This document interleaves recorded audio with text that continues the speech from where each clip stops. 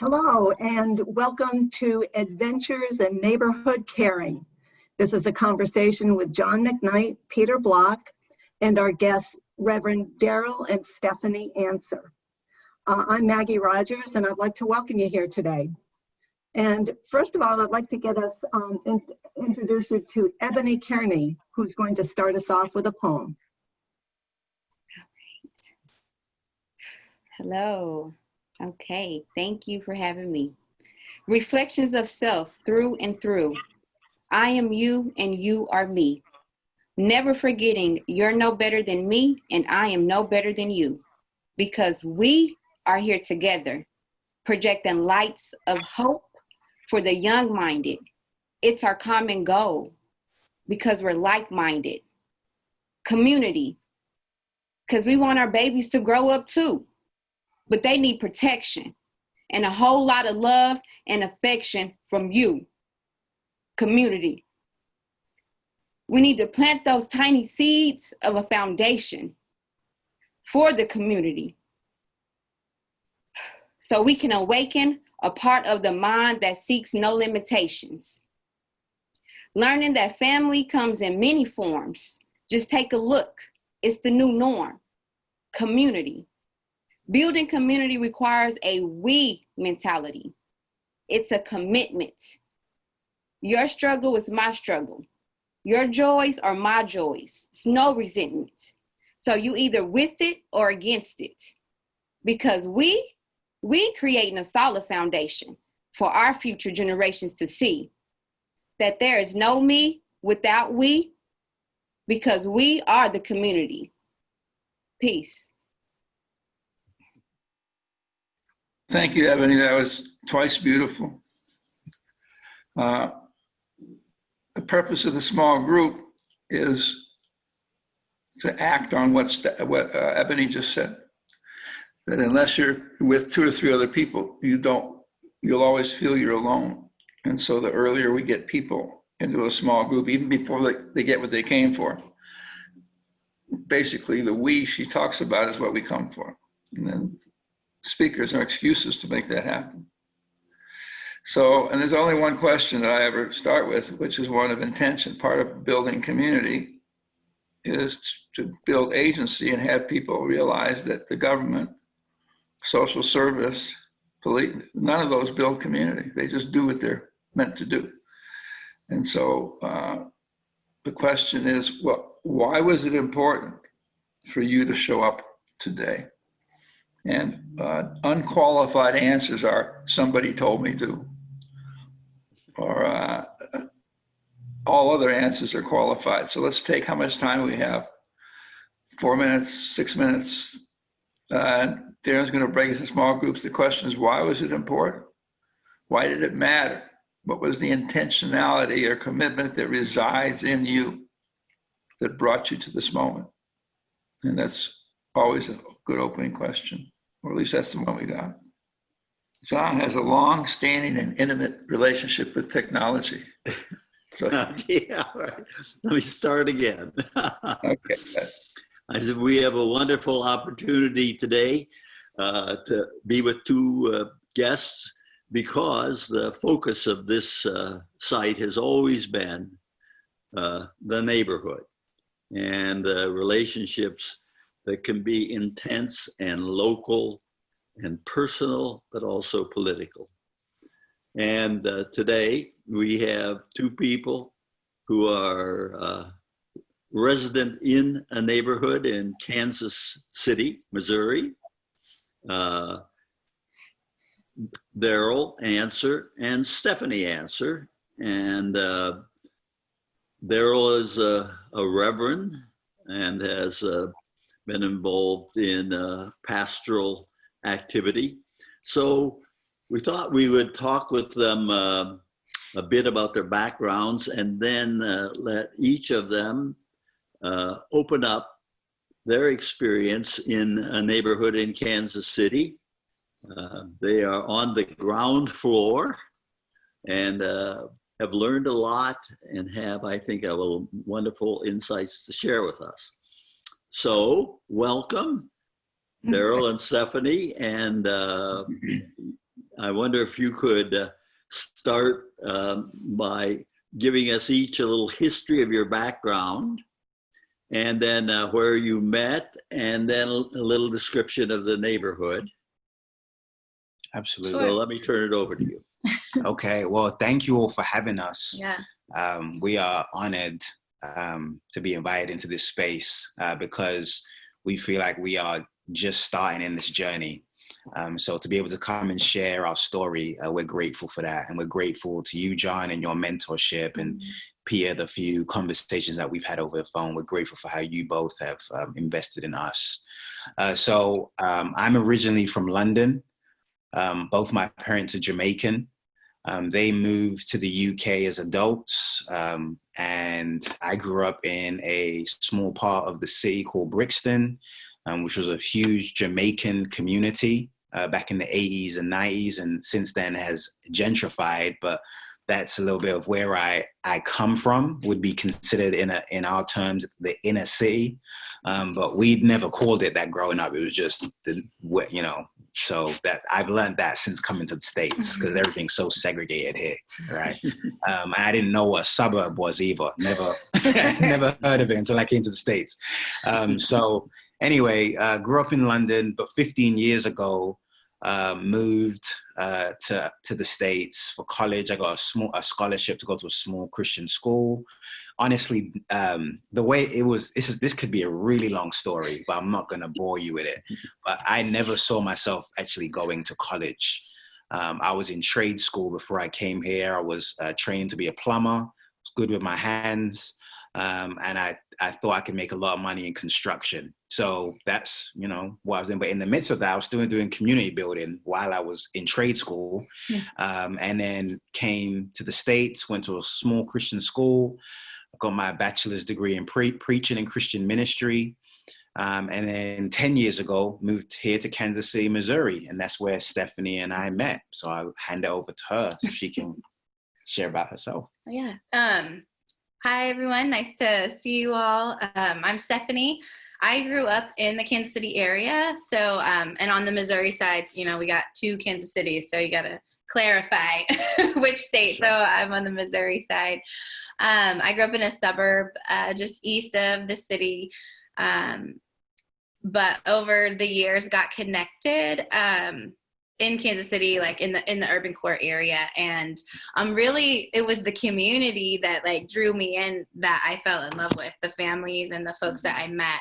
And so just for the last 20 years have lived more so in the city than in the suburbs, and been connected that way. So I went to school and was psychology and social work major.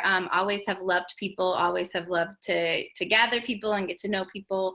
Darryl and I met through mutual friends of mine who lived out where he was going to school at, and they introduced us. So my friend's husband actually called me the day he met Darryl and said, "I just had lunch with your future husband." And I was like, nope, please don't set me up. But knew that we both had mutual interest in working with youth and in neighborhoods. And so we met that way, and then began working together here in Kansas City when Darryl moved here.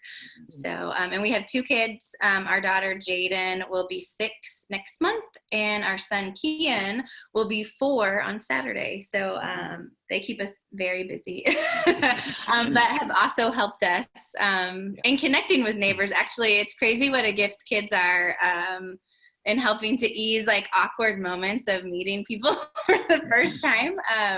We've met so many folks just being a family together, and we'll share more of that later. But our kids have been a gift to us for sure. Yeah. Can you tell us a little about the neighborhood where you're living now?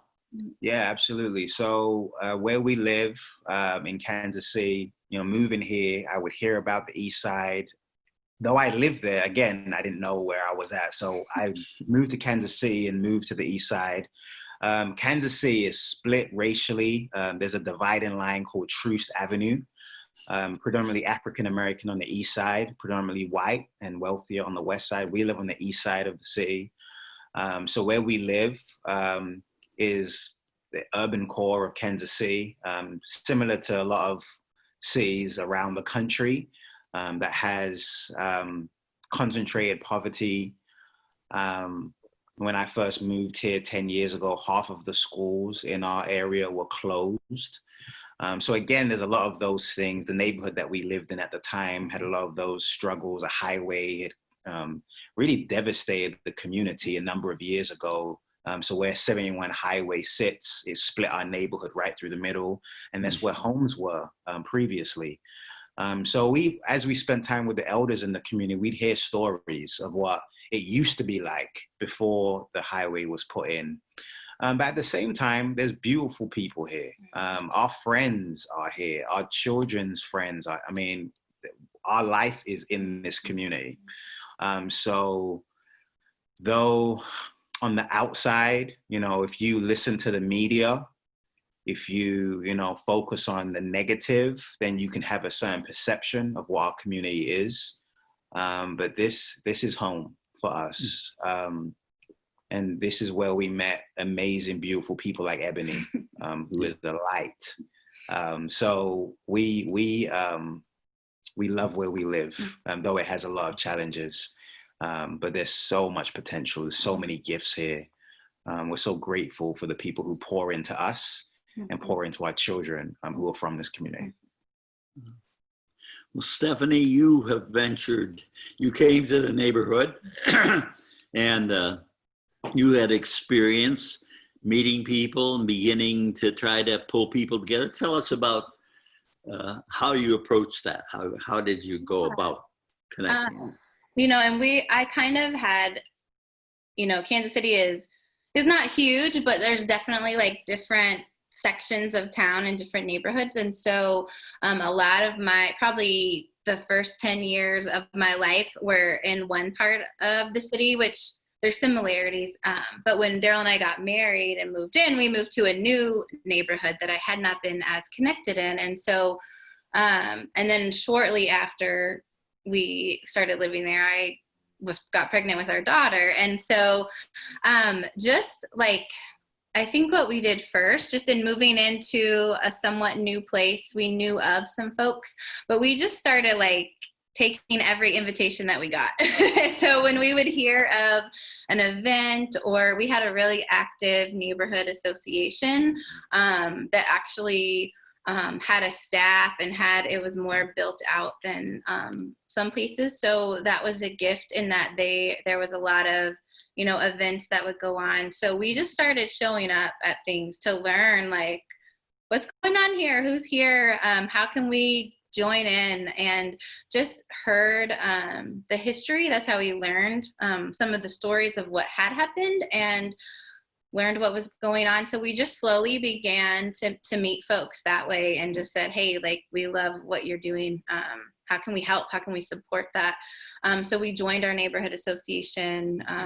We got to know some of the teenagers in the area and just started building relationships that way. And as we got to know folks, we kind of learned of a gap, because while there are amazing people, there's not a lot of community spaces to gather. So there's, a couple local sandwich shops, but there's not coffee shops or a big community center. There aren't those natural community spaces where you can just meet folks or invite people to come to get to know each other better. So over time, as we heard that and we met more people who were looking for that as well. And part of it was us being new. We're we want to know people. We want to get to meet people and get connected.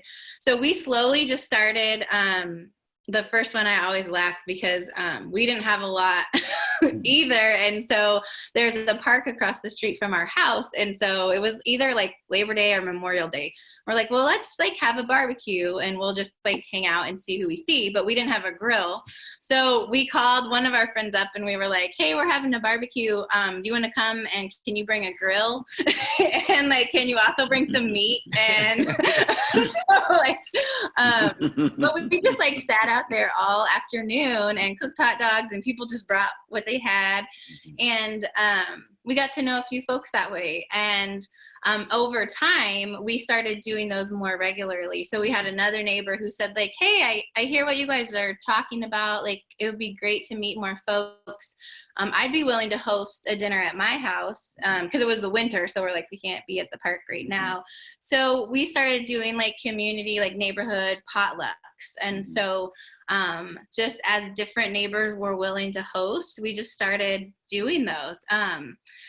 And then at one point we hosted at our house and we probably had like 40 people and our house was not big. And so like, luckily it was when the weather was nice. So we like made all the kids stay outside. But we're like, man, we need a bigger space because we want to be able to keep inviting people as we meet them. So over time, we ended up partnering with our neighborhood association and they have a building. So we started hosting just monthly dinners at the building, and like slowly over time, we would have 50, 60 folks come out. And so it was just beautiful. Also kind of along the same time, like I said, our first child was born. I was trying to find other moms. Like, I'm like, what am I doing? Like, I have this little person now that like I'm responsible for. Like, crap, what do I do? And so like just wanting to find other people on that journey. And I had actually the same friends of ours that we had them bring their grill. They also had a couple kids about the same age. And we were both trying to find like a mom's group, and she was going to one suburb, one direction. I was going to a suburb, another direction. And we're like, this is silly. Like there's families in the city. Like, how do we connect? And so she was like, well, why don't we start a group? So we reached out to the neighborhood, the YMCA, and just said, hey, do you have a group or could we use your space? And at the same time, a local nonprofit, an early childhood organization was also in talks with the Y about starting a play group. And so we just all got connected to each other. And that's actually where we met Ebony. She was a part of starting that play group as well. And so there was a few of us as families, and then these two organizations that kind of all said like we all wanted to create this space. And so that was 6 years ago that we started having like weekly play groups as well. And just that really became a beautiful space, like where we met more families, made more connections, and like have this community now of relationships that like our kids are growing up together, and we're figuring out this parent thing together, and we're sharing clothes and toys, and you know, like we didn't have to buy new clothes or toys for our kids like very often at all, which is such a gift because we just are able to share those things that we have. So that's just kind of how things started, and like how moving into a neighborhood we oh yeah. And one other thing, just real quick, as we would meet doing these dinners, we slowly just started getting to know each other better. And we learned one of the moms from the play group, actually, we learned that she raps, and we learned that Ebony does poetry, and we learned that someone else had just written a book, and another neighbor did like clothing alterations and made like bath products. And so like we were like, man, like everyone is so like doing so much more than we even knew. Like, how do we showcase this, and how do we support each other's businesses? And so like from our dinners, we just were like, well, let's have a showcase. And so Ebony was a part of this planning team as well. For a couple years in a row, we just, during one of the months that we would do our dinner, we had a talent show. So we let people sign up to showcase their talent. And then we invited our neighborhood, like entrepreneurs, people that had businesses that maybe they were doing out of their home or they were getting started. We had the room like lined with tables around the outside of folks being able to show their businesses, and then had dinner together, had a talent show through dinner. Some of our kids would perform, some of our, you know, we packed the room out with 100 or so neighbors. And we're just really able to have good evenings together and celebrate. And people would come and they're like, who put this on? Like what program put this on, or what organization put this on? And we're like, just neighbor. Like it was a team of neighbors. And we did it, and we all brought a side dish, and we want some of the families who are good cooks in the neighborhood would cook the main dish. And so that was also like unique in that people were like, there was no like program that like you all just did this. And so it was just an encouraging way to also just lift up and do something together to just highlight the good in our community. Darryl mentioned, you know, unfortunately, our neighborhood often gets a lot of negative media, and you don't hear these stories, and you don't see the good things going on. And so it was a way for us to counter that narrative and celebrate, like, no, there's so much good here. There's so much talent here. And how do we support each other in those things? So, Absolutely. Yeah, it was fun. You started out with a poem about we. yeah. Yes.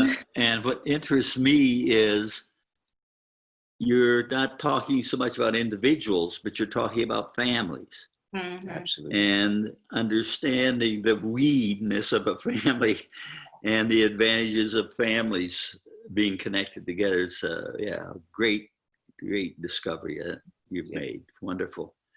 Daryl, now you're in the neighborhood, but you're a credentialed professional, a reverend. Yeah, which that came later on. So Okay, that's more recent. But yeah, I can speak to the church piece of it. Like for Stephanie and I feel like our faith drives what we do. Like we see, as people of faith, we believe that everyone is made in the image of God. Everyone has something to offer. So there are no places where God isn't present, or where God's fingerprint, is imprinted on people, and where God isn't at work. Mm-hmm. So no matter where we find ourselves, like God is doing something, and we want to join in. You know what I'm saying? So get in on that. Yeah, I'm like, so all the stuff that was going on, like Stephanie and I really feel like even the play groups, the showcase, like we just tried to connect. So it's like the gifts are already there. We just want to connect them. So with the church now, really was a similar thing where we were just like, okay, we believe God is at work. We believe God is at work in this community, but we, again, like the gap, like some of the folks in the community, they didn't see it, like even building community, but it was like all the pieces were there. So we were just like, well, what would it look like for us to kind of live a certain way and then invite those who want to join us on this journey to go deeper in discipleship. So that's what we did about 4 years ago. We just opened up our home, and just for all the different communities and associations that we were seeing get started out of Stephanie and at the Ebony's, just connecting, we said, hey, well, do you guys want to just join us? So a few folks did. They joined us in our living room. And we were just figuring it out, it was just like we were living in community, like some folks will come and say, the only reason why I'm here is because I know I'll see you all in the week. Like we were a family. We became a faith family. And then that grew and has continued to grow, where we want to be a church that's deeply rooted in our neighborhood. We want to be deeply connected to our community. We don't want to be a group that swoops in to save or anything like that, but this is our home, right? So we have people who are connected to our church, but they wouldn't be with us on a Sunday morning. But because we're neighbors and we live in the same community, they're still connected. They almost have bought into the vision. There's people that are just like, man, I don't believe what you believe, but I believe in this vision. So like, yeah, new community, yeah, we're about it. So that's really the essence of who we are as a church, and then helping our people see the spiritual side of what's taking place in our neighborhoods, to grow in their relationship with one another and our relationship with God. So how we define a disciple is someone who is following Jesus and loving God and loving their neighbor. Like that's a disciple, right? And then we're living that out together in our community. And then we're also doing it in a way where people are able to, we celebrate people's gifts, and we create spaces where people are then able to exercise their gifts. So there's one example of that in COVID. Some of our folks who are amazing, so we eat a lot, we do. And we made sure in COVID people were still eating good home cooked meals. There was a lot of pantries open, and we did invest in those. We brought produce and those things for people, but we also made sure that people were paid to use their gift to cook. So everybody was getting fed, and those people who were cooking, they were able to pay their bills because they were getting paid to use that gift.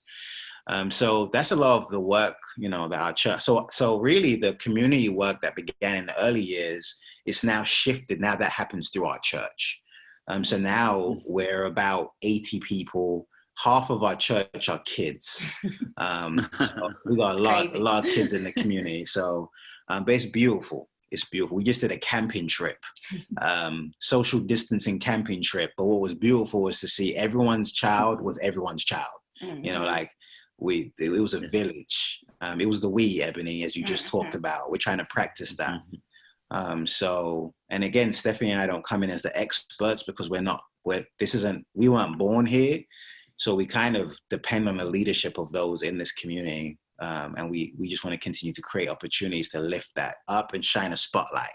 Just like the media wants to shine a spotlight on the negative. Like we had a homicide not too far from us yesterday. We had a 2-year-old get killed.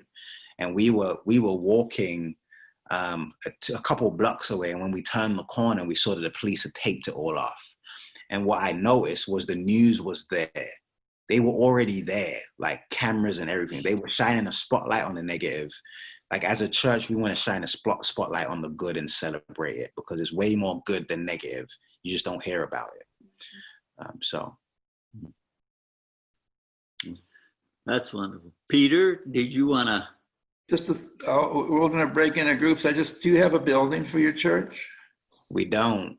Everything we have done has been through relationships. So the school that we were meeting in, there's an executive director of an organization, youth development organization. Our son was being close to being born, and Stephanie was like, "You all need to get out of my house before I have this child." So I was sharing it with him, and he just gave me a key to the building. So for 4 years, we've had full access to this school building. So every Sunday, well, not now in COVID, we're online now, but anytime we need a building, we have it. So everything we have has been what people have brought from the community. I think that's very powerful. It's almost a political stance. We don't need a building. We are the building.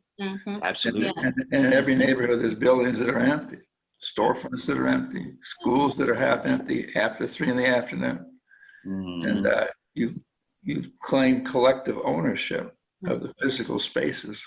That's and I like the notion that you didn't know what a suburb was. Suburbs were early stage social distancing. Wow. That's true.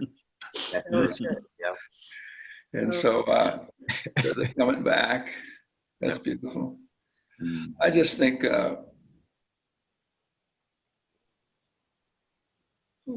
the shining a spotlight is also a political act. All the negative is done for commercial reasons. Sell a story. Yeah. And in Cincinnati, where I am, if you can get people to think bad about another neighborhood, get them out of there, you got real cheap land you can develop and gentrify. Yes. So the fact that you are a spotlight and very powerful, powerful politics, powerful narrative. One quick thing I want to share real quickly. So our second showcase, we tried to get the news to come, and they didn't. The very next day, someone got killed across the street, and I got a call right after it happened, and I got there in maybe 15 minutes. Every single news outlet was already there. They were all there. We had just a similar, I was part of a safety committee. And so people showed up, and of course on Saturday night, someone got shot. And so I'm thinking, what are we going to do? Because all the news and police are there. And what we did, we said, thank you for coming. We're going to break you into small groups. Wow. And have you talk with each other about when you started caring for this neighborhood. Wow. All right. And in 5 minutes, the news was gone. because and the police never had to defend themselves. Huh. Now, luckily, we have to run this meeting, but you'll be running some meetings like this. And we just had the police say, you could go to a small group, but one without another police officer. And you're not allowed to talk about how the police are going to keep you safe. Hmm. You're going to talk about when did you start caring? What can you do? And the police have a lot to teach us, but it just changes. It's another way to, when you have a chance to reconstruct a narrative, because all they want to do is get a story. Mm-hmm. So I think we're going to break again into small groups. I don't know what I'm supposed to know what the question is. One of the questions, one is what touched you about listening to Darryl and Stephanie and Ebony. Another question is, what's the crossroads you're at in terms of creating where you live, the kind of place that you want to inhabit? Because these questions, the more personal they are, and the more they treat us all as co-creators. That's what I love about your church. Nobody's a guest, nobody's a client, Right. nobody's a visitor. Yeah. Okay, we're all co-creating this place, Mm-hmm. and that's hard work. And that's why. So I want to break them up there. Well, welcome back. It's we were kind of we didn't join your groups this time, so we missed something. I'm sorry for that. But I think we're trying in this structure to be an example of what Stephanie and Darryl are talking about, even on a Zoom world, even on a short-term relationship. And it's kind of, that's why we're going back and forth. So you know what your groups were like, and I'm sure they were valuable. So we want John to have some reflection time. I see him and his mute is not on, so say something. Okay, right. Well, the thing that is especially important, I think, in this story that we've heard is that underlaying everything is the invitation. The gifts are there, but how do we offer the invitation in ways that get people to say, yes, yes, I want to contribute, I want to give. And that's the story we've heard, almost like magnets of gifts. This invitation, I think, that these two have introduced and embedded in the community. So in all our neighborhood work, the start is the invitation. And this is a perfect example of what comes from it. That's great. Stephanie and Darryl, you want to add? Yeah, absolutely. So there was a story that we left out that I think is pretty important to our overall story of our community work and how it, our ministry, how that began. And I was sharing it was a while, we had no income and we were just barely getting by, stressed out. We had our daughter Jaden, Kian was on the way. And the lesson we had to learn was the power of vulnerability and how it was the community that took care of us. Mm-hmm. And it was the community that would drop off clothes, diapers. They would drop off. We would literally come home to cash in our mailbox or like wedged in between our door with little notes, "We love you." And it just taught us that a part of building strong community is that we, as those who consider ourselves to be the catalysts of community, we have to be vulnerable ourselves. So that's a valuable lesson that we learned.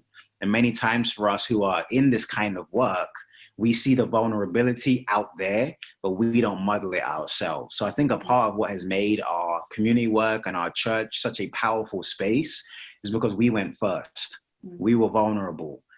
We continue to be vulnerable. I was also sharing we have an autistic son who we have to tell neighbors, like, hey, if you see him running outside with no clothes on, and he does that, he'll strip off and he's a runner. Mm-hmm. So we have to let the community know, like, you need to bring him back. Like everyone has to keep an eye out for Kian, right? So we have to be vulnerable in that, share our struggles and be authentic in that. So I guess a question for you all to leave with is, in your community building work, how are you also practicing a healthy amount of vulnerability? Because I really believe that will take our community work to the next level. So that's the question. How are you modeling that? Great. Stephanie, you want to say anything just so we hear your voice once more? Yeah, I think just along that same line, like the community is a mutual gift that we get to give and receive. And so the power that comes from being authentic, being transparent, and that our life is added to by the gifts in our community, and giving people permission to not have it all together all the time, and to know that that's okay. And especially when it comes to our faith, like to know we don't have to pretend with God, and we don't have to pretend with this family, this extended family of His, and with each other. And so that there's freedom in that, and there's life in that, and there's deep love, and then the commitment to each other to really do that together. Beautiful. So one last comment. We started this thing called Common Good Collective, and lately I've been trying to find language that's an alternative to the spotlights of the yellow tape people. Okay, the police, the news. And one of them is call it a common good capitalism, because there is an economy in your neighborhood. It's just not measured by dollars. There is goods, things that have changed hands. Some people get paid for what they do. And I think the whole conversation about capitalism is a waste of time. And is it socialism and capitalism? No. Capitalism is fine. All capitalism means is that some people have a little money and other people use it to run a little enterprise. That's what capitalism is. And now we have all this big argument about it, just alienates us, and you're creating, in my mind, common good capitalism, which means your economy is not based on how much land you own. And if you have an empty lot, you don't feel you have to build on it. And it's not based on gross national product, gross domestic product. The measurement systems we have mean the more tragedy, the better the system. And I just love that. And I'm playing with this idea. Let's keep the common good, which means what you're really describing is a world where what's good for us all is good for each of us. And that's the poem, Ebony, you're going to do again. And it is a form of capitalism. All capitalism means is you get to own something once in a while. That's all capitalism is. Now, you don't have to be a jerk about how much you have to own. And you don't have to build a fence around it. Okay, then you will own something. You're not abdicating a world. And anyway, so that's kind of what we're working on with the Common Good Collective, is to say, what would an alternative economy look like? Economy, the word, means household management. It doesn't, and it's not based on scarcity. It was never based on scarcity. It was based on the fact we got enough. How do we want to organize it? So it's just all kinds of radical stuff you're doing. I hope you stay out of trouble. Anyway, thank you. So let's hear from Ebony again. Is that what we're doing next, Maggie? Yes, that's what we're doing next. This has been a wonderful hour. So Ebony, I think you're still here with us. Yes. If you could come back with your poem. Thanks. Thank you. Thank you. Thank you for this opportunity. Reflections of self through and through. I am you, you are me. Never forgetting you're no better than me and I'm no better than you. Because we are here together, projecting those lights of hope for the young-minded. It's our common goal because we're like-minded. Community, because we want our babies to grow up too, but they need protection and a whole lot of love and affection from you, community. We need to plant those tiny seeds of a foundation for the community, so we can awaken a part of the mind that seeks no limitations, learning that family comes in many forms. Just take a look around. It's the new norm. Community. Building community requires a we mentality. It's a commitment. Your struggle is my struggle. Your joys is my joys. No resentment. So you either with it or against it, because we are creating a solid foundation for our future generations to see that there is no me without we, because we are the community. Peace. Beautiful, beautiful.